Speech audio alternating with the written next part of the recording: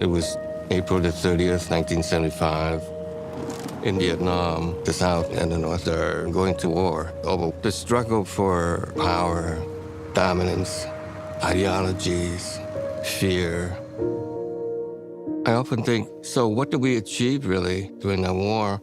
What could have saved the country?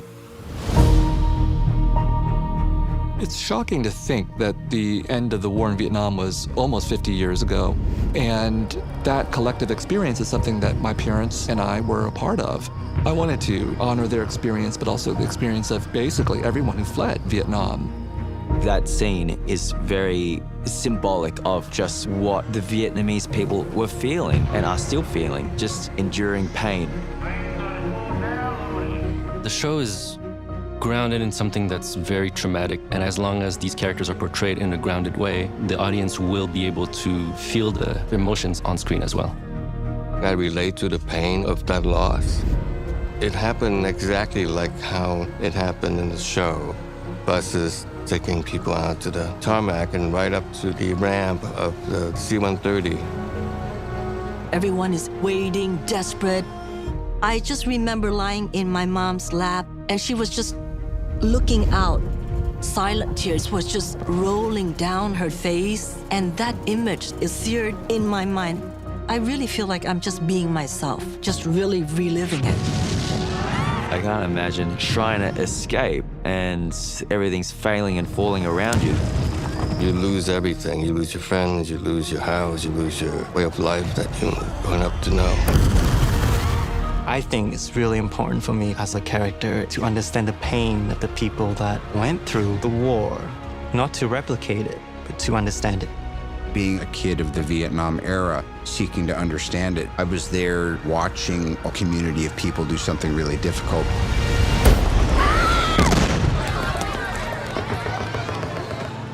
The escape from Saigon was the pinnacle of the first episode, and we had to get it right. So we spent a lot of time shooting that scene. Everybody on the set and on the crew and on the cast feels a deep sense of responsibility, and it feels pervasive that we're all here doing something special. That doesn't always happen. 아주 정확하고 구체적인 스토리보드를 만들어서 하나하나 미장센을 디자인하듯이 그렇게 하기보다는 이것은 좀 더 인물을 따라가는, 그리고 좀 더 활력 있는 그런 카메라 워크를 좀 많이 쓰려고 했습니다.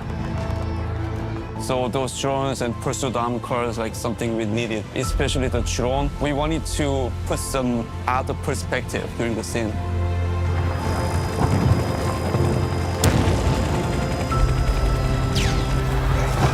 What's so fascinating to me is the way that director Park chose to capture it. He wanted to bring you into that visceral experience of this incredible peril, and he breathed real life into it.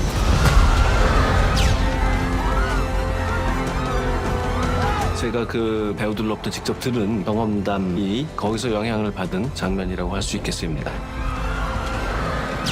그렇기 때문에 제가 이 장면을 단순한 클리셰에 의지하지 않고 가장 감정적인 장면이라고 부르는 이유입니다. If it was up to him, he would stay in Vietnam and fight in the war. The only reason he's leaving Vietnam is to protect his family.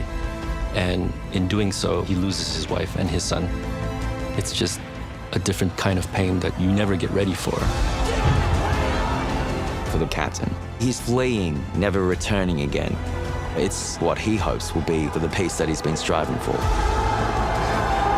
캡틴이 자기 혼자 살 수 있는 상황에서 말하자면 친구를 선택할 것이냐, 자기의 목숨을 선택할 것이냐, 그런 선택의 기로에 섰을 때 그런 도덕적인 딜레마 상황을 중점적으로 표현하려고 노력한 시퀀스입니다. We're just coming up to the 50th anniversary of the end of the war. And the events we depict, they are still very relevant to a time right now where the world is very divided. Now I think people can talk about it because in my family, we never talked about it. Hopefully this will be the beginning of fruitful dialogues. It's refreshing to see that a show like this can give a deeper appreciation of a perspective that Vietnamese people predominantly haven't seen before about their history. Because it's always about what happened to us, but it's never been told by us.